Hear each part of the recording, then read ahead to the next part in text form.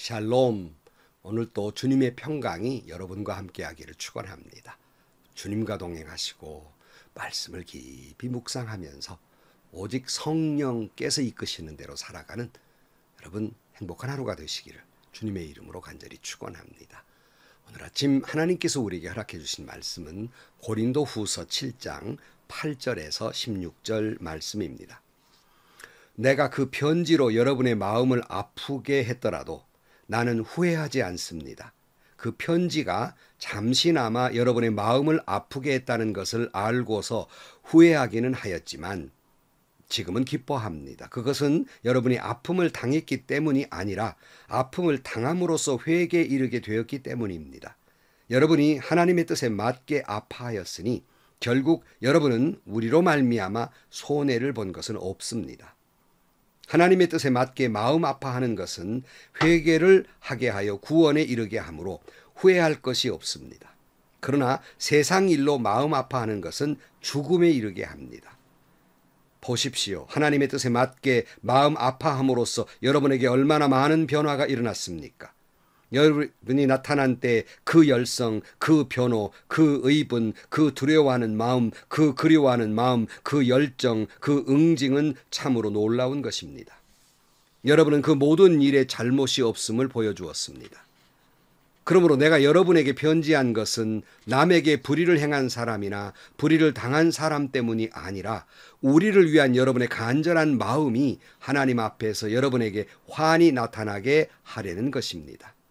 그래서 우리는 위로를 받았습니다. 또한 우리가 받은 위로 위에 디도의 기쁨이 겹쳐서 우리는 더욱 기뻐하게 되었습니다. 그는 여러분 모두로부터 환대를 받고 마음의 안정을 얻었던 것입니다. 내가 여러분을 두고 디도에게 자랑한 일이 있었는데 여러분이 나를 부끄럽게 하지 않았습니다. 우리가 여러분에게 모든 것을 진실하게 말한 것과 같이 우리가 여러분을 두고 디도에게 말한 자랑도 진실한 것으로 드러났기 때문입니다. 디도는 여러분 모두가 두렵고 떨리는 마음으로 자기를 영접하고 순종하는 것을 회상하면서 사랑하는 정을 더욱더 여러분에게 기울이고 있습니다. 나는 여러분을 온전히 신뢰할 수 있게 된 것을 기뻐합니다. 아멘. 사도 바울은 고린도 교회로부터 많은 비난, 오해, 정죄, 많은 것들을 당했습니다. 외부로부터는 환난이 있었고 이 때문에 마음으로부터는 큰 고통이 있었습니다. 언제나 교회 안에서 비난하는 소리는 커요. 그러나 그 비난에 대해서 변호하는 소리는 적습니다. 그러나 디도의 편지를 받은 고린도 교인들이 사도 바울에 대해서 그리워하고 사도 바울에 대해서 내가 왜 목회자에게 대해 이렇게 했을까 하고 회개하고 뉘우치고 그리고 그 사도 바울에 대해 적극적으로 변호해 주었습니다. 목회자로서는 이보다 더 귀한 위로는 없었을 것입니다. 사도 바울의 표현은 하나님이 고린도 교회를 통해서 하나님이 그를 위로하셨다라고 말합니다. 여러 번 말씀드렸습니다. 다시 말씀드립니다. 여러분은 하나님이 여러분을 통해서 목회자를 위로하기를 원하십니다. 여러분을 통해서 성도를 위로하시기를 원하십니다. 근데 그 위로가 되는 것은 옹졸한 마음을 벗어야 됩니다.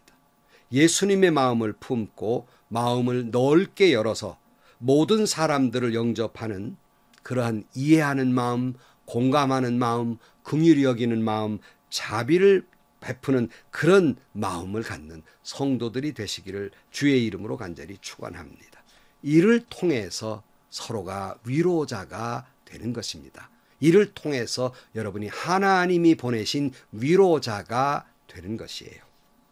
오늘 8절 말씀, 내가 그 편지로 여러분의 마음을 아프게 했더라도 나는 후회하지 않습니다. 그 편지가 잠시나마 여러분의 마음을 아프게 했다는 것을 알고서 후회하기는 하였지만 그랬어요. 사도 바울이 고린도 교회 편지를 쓸 때 그들의 잘못에 대해서 강력하게 권면하고 그리고 강하게 경고를 날립니다. 바울이 막상 그렇게 편지를 써서 디도에게 보내놓고 나서 가만히 생각하니까 혹시 내가 너무 강하게 써서 고린도 교회가 상처가 되지는 않았을까? 내가 너무 격하게 쓴 건 아닐까? 이 때문에 더 시험 드는 사람이 있으면 어떡할까 하는 후에 막심한 그런 생각이 들었던 것 같습니다. 저 역시도 설교를 하다 보면 강력한 표현을 쓸 때도 있고 강력하게 경고를 할 때도 있습니다. 늘 그건 돌았으면 강단을 내려오면 혹시 내가 너무 강하게 말한 건 아닌가? 혹시 너무 세게 말해서 시험 드는 사람이나 혹 넘어지는 사람은 없을까 염려스러운 마음들이 있어요. 참 목회자들이 설교를 준비하면서 늘 이런 마음이 있죠. 어느 날 한 목사님이 서재에서 설교를 준비하다가 졸려서 잠깐 엎드려 자는데 사모님 마침 들어왔다가 그 설교 원고를 이렇게 읽어봤어요. 그리고는 그 사모님이 빨간 연필로 이렇게 다 그어놨습니다. 목사님이 깨보니까 사모님이 이게 다 북북 그어놓고 옆에다가 코멘트를 달았습니다. 뭐라고 달았냐면 이 내용은 박 권사가 듣기가 어려운 마음이니 안 되고, 이 내용은 이 집사가 들으면 상처가 되는 말이니 안 되고, 이 내용은 박 장로가 싫어하는 내용이기 때문에 안 되고, 이렇게 북북 다 그어놨더랍니다. 그러니까 설교할 말이 없어버린 거예요. 그냥 설교 본문이 걸레가 되어버린 거예요. 목회자들이 참 그렇지요. 설교를 하다 보면 이렇게 마음에 걸리는 것들이 있습니다. 이런 말씀을 때로는 전해도 되고 전하지 않아도 되지만 그래도 전하다 보면 시험 드는 교인이 있을 것 같고 때로는 넘어지는 자가 있을 것 같을 때가 있어요. 이게 사도 바울의 마음이었습니다. 후회스러움이 있었어요. 그렇지만 지금은 후회하지 아니한다 그랬습니다. 지금은 기뻐한다 그랬어요.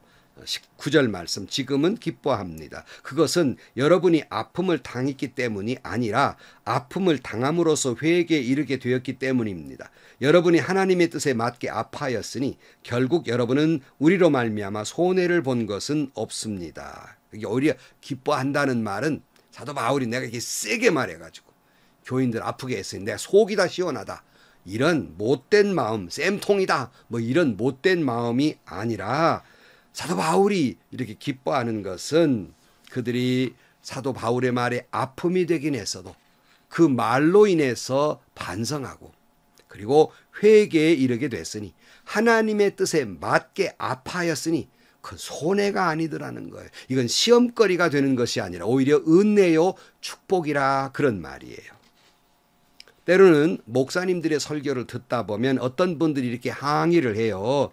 오늘 목사님 저 소리가 나를 찍어서 나 들으라고 저 한 소리지 하고 나한테 화살 쏘듯이 지금 쏘는 말이야, 이렇게 생각하고 시험에 드는 때가 있습니다. 여러분, 결코 목회자는 개인을 비난하기 위해서 설교를 통하여 인용해서는 안 됩니다. 목회자는 결코 자기 감정에 치우쳐서 말씀을 전해서는 안 됩니다. 자기 말을 전해서는 아니 되는 겁니다. 그러나 그럼에도 불구하고 자기의 개인의 감정이 아니라 하나님의 말씀대로 전하기 위해서 거기에 책망하는 말이 있다면, 하나님이 그렇게 말씀하고 계시다면 당당하고도 온전하게 그 말을 그 액면 그대로 전해야 됩니다. 하나님 앞에나 성도들 앞에서 부끄럽지 아니할 때는 당당하게 그 말씀을 전하고 설교해야 합니다. 여러분, 마치 의사가 수술을 할 때 환자가 아파할 겁니다. 뭐 환자가 아파할 것을 기대하고 고소해 수술하는 의사는 없습니다, 세상에. 하지만 그 수술에 메스를 대는 것은 그 아픔을 통해서 환자가 건강해질 수 있기 때문입니다. 여러분, 그렇게 해야 환자가 건강하다면 아픔도 참게 만들고 그의 그 환부를 도려내는 겁니다. 바로 그것이 하나님의 말씀을 듣고 성도들이 아픔을 느끼고 그 잘못된 죄를 환부를 도려내서 회개한다면 목회자의 성도를 아프게 하는 설교는 은혜요, 축복입니다. 목회자는 그런 마음으로 설교를 해야 되고 성도는 그런 마음으로 들어야 하는 것입니다. 10절 말씀, 하나님의 뜻에 맞게 마음 아파하는 것은 회개를 하게 하여 구원에 이르게 함으로 후회할 것이 없습니다. 그러나 세상 일로 마음 아파하는 것은 죽음에 이르게 합니다. 그러니까 세상의 말로 누구를 아프게 하는 건 죽음에 이르게 하는 거예요. 옳지 않은 거지요. 그러나 하나님의 말씀을 통해서 하나님의 뜻에 맞게 아파한다면 그것은 오히려 은혜요 축복이며 구원에 이르게 하는 은혜입니다. 11절 말씀 보십시오. 하나님의 뜻에 맞게 마음 아파함으로써 여러분에게 얼마나 많은 변화가 일어났습니까? 여러분이 나타낸 그 열정, 그 변호, 그 의분, 그 두려워하는 마음, 그 그리워하는 마음, 그 열정, 그 응징 참으로 놀라운 것입니다. 여러분은 그 모든 일에 잘못이 없음을 보여주었습니다. 그랬어요. 그러니까 사도 바울이 그 마음을 아프게 한 것이 잘못된 것이 아니라 오히려 은혜가 되는 건 고린도 교회 일을 통해 놀랍게 변화했다는 거예요. 말씀을 듣고 아파하면서 괴로워하면서 놀랍게 회개함으로 변화가 됐다는 거예요. 그 열성을 가지게 됐고 바울에 대해 변호도 하게 됐고 잘못에 대해 의분을 하게 됐고 하나님을 두려워하는 마음도 갖게 됐고 바울에 대해 그리워하는 마음도 있고 신앙에 대한 열정을 갖게 됐고 잘못된 일에 응징도 할 줄 알고 그러므로 이것을 보았을 때 하나님의 뜻에 맞는 아픔은 죽음에 이르게 하는 다시 말하면 시험거리가 아니라 도리어 이 아픔은 아픔 속에 담긴 은혜가 있다는 것입니다. 12절 말씀. 그러므로 내가 여러분에게 편지한 것은 남에게 불의를 행한 사람이나 불의를 당한 사람 때문이 아니라 우리를 위한 여러분의 간절한 마음이 하나님 앞에서 여러분에게 환히 나타나게 하려는 것입니다. 그랬어요. 사도 바울이 이렇게 지금 편지를 쓰는 건 뭐 누구의 잘못된 불의를 지적하거나 비판하거나 정죄하려고 하는 것이 아니라 고린도 교회를 사랑하고 긍휼히 여겨서 그들의 그 간절한 마음이 하나님 앞에 잘 드러나서 회개하고 구원에 이르도록 하려는 뜻이 있는 것이다 하는 거예요. 아마 설교를 통해서 성도를 아프게 하는 목회자들의 마음이 아마 다 이런 마음이라고 생각을 합니다.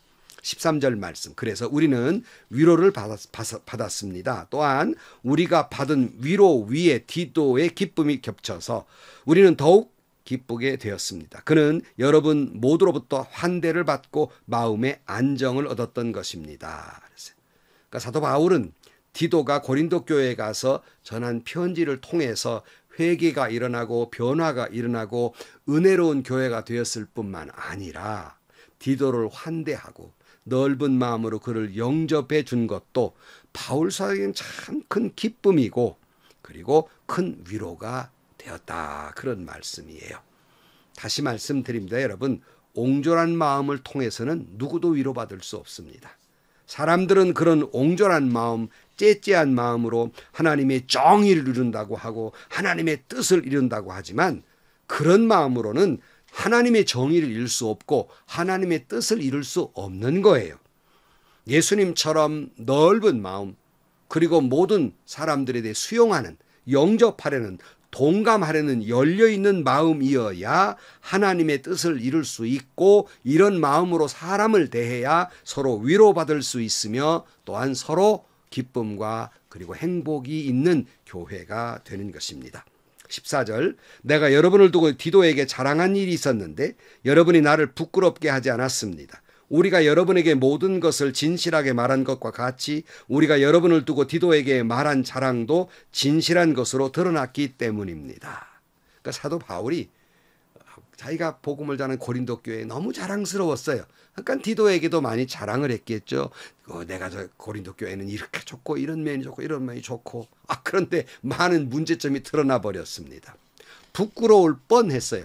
사도 바울이 디도를 향해 고린도 교회를 자랑했던 게 부끄러울 뻔했습니다. 그런데 디도를 통해서 사도 바울의 서신이 전해지고 놀라운 변화가 있고 뭐 그러다 보니까 바울의 입장에서는 이제 디도를 향해서 당당하게 됐어요. 좀 전만 해도 부끄러웠는데 그 모습을 보니까 당당하게 됐어요. 우리말로 이런 태도예요. 디도야 어때? 내 말이 맞지? 뭐 이런 당당하게 됐다. 그런 말입니다.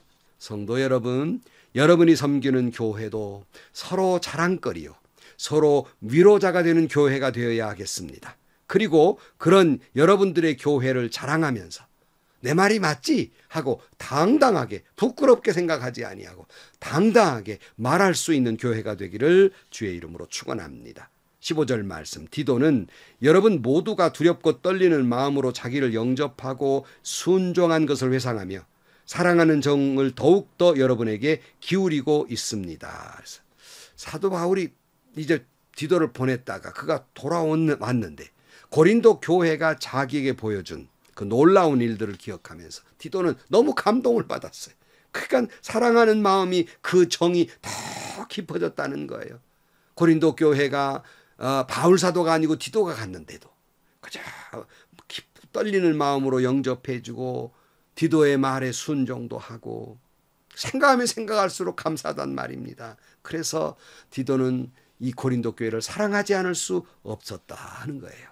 그러면서 바울은 최종적으로 이렇게 선언합니다. 16절 나는 여러분을 온전히 신뢰할 수 있게 된 것을 기뻐합니다. 그래서 바울은 이 모든 역사를 통해 보면서 과연 고린도 교회다 하고 신뢰할 수 있게 됐다. 이 말은 바울도 힘들었고 고린도 교회도 서로 갈등이 있어 힘들었는데 드디어 서로 위로가 되고 그리고 서로 화해하고 그리고 이해하고 사랑하게 되었노라 하는 말씀입니다. 성도 여러분, 세상에 문제없는 교회는 없습니다. 세상에 문제없는 목회자는 없어요. 완벽한 목회자 없습니다. 세상에 문제없는 성도도 없습니다. 다 죄 많은 인간이기 때문에 그렇습니다. 그러나 이 모든 문제가 있음에도 불구하고 이 모든 문제를 해결하는 길은 누구를 정죄하거나 비난하거나 조소하거나 교회의 법을 들고 전관을 들어서 문제를 해소할 수 있는 게 아닙니다. 결국 그런 것으로는 해소되지 않습니다. 그것은 오직 예수님의 마음을 품는 겁니다. 십자가의 사랑을 품는 겁니다. 제발 한국교회 교우 여러분, 옹졸한 마음을 벗어야 됩니다. 마음을 넓게 열어서 사람을 수용할 줄 아는, 이해하려고 노력하는, 그저 동감할 줄 아는 그런 마음을 가져야 합니다. 그런 수용성이 있을 때 때로는 우리가 나도 모르게 마음에 부담을 주기도 하고 아프게 하는 일들이 서로 간에 있어요. 그러나 이런 마음을, 수용적인 마음을 품을 때 말씀도 수용하게 되고요. 그런 마음을 품을 때 아멘, 아멘 하게 되고요. 그런 마음으로 성도와 성도가, 교육자와 성도가 바라볼 때 행복한 목회가 되는 겁니다. 그럴 때 변화가 일어나는 거예요. 그럴 때에 놀라운 화해의 역사가 일어나는 겁니다. 이와 같은 마음을 품을 때 위로를 느낍니다. 사랑을 느낍니다. 정을 느낍니다. 온전하게 신뢰하게 되는 것입니다. 하나님의 뜻에 맞는 마음의 근심함으로 말미암아 회개하고 놀라운 변화가 일어나기를 축복합니다. 늘 목회자는 성도를, 성도는 목회자를 넓은 마음으로, 영접하는 마음으로 받아들이려는 마음을 품고 여러분 서로 위로가 되십시오. 서로 기쁨이 되십시오. 서로 자랑거리가 되십시오. 서로 하나님이 보내어 주신 위로자가 되십시오. 기도하시겠습니다. 하나님 아버지, 고린도 교회의 놀라운 역사와 변화는 디도나 사도 바울을 감사하게 하고 화해하게 하고 더 사랑과 정이 넘치게 했음을 봅니다. 저희들이 섬기는 교회가 비록 여러 가지 문제점도 있고 목회자의 문제도 있고 성도의 문제도 있지만 이 모든 해결은 결코 법이 아니라 정관이 아니라 하나님의 마음, 예수님의 마음을 품은 것인 줄 깨닫습니다. 우리의 마음에 주님의 마음을 품게 하여 주옵소서. 옹졸한 마음을 벗어버리게 하시고 정죄하는 마음을 벗어버리게 하시고 넓은 마음, 모든 사람을 이해하려 드는 마음을 주시사 예수님의 마음을 주시사 서로 위로하고 감사하고 기쁨이 넘치고 하나님이 보내어 주신 위로자가 되게 하여 주옵소서. 예수님의 이름으로 기도하옵나이다. 아멘. 여러분, 옹졸한 마음 벗어야 됩니다. 넓은 마음 품어야 돼요. 저는 그래 성도를 위로하고 싶은 마음으로 위로하는 교회라는 유튜버 교회에 그 타이틀을 붙이게 됩니다. 여러분, 옹졸한 마음으로는 위로자 될 수 없습니다. 그건 째째한 마음 가지고는요 결코 예수님의 마음을 닮아갈 수가 없습니다. 한국교회 여러분, 제발 좀 째째한 마음 벗어버립시다. 그 비정한 마음 벗어야 돼요. 교회처럼 비정한 데가 없어요. 그 옹졸한 마음 벗어야 됩니다. 넓은 마음, 예수님의 마음, 늘 수용적인 마음, 긍정적인 마인드를 가지고 신앙생활하고 목회함으로 말미암아 행복한 목회가 되고 행복한 신앙생활이 되시기를 주님의 이름으로 간절히 축원합니다.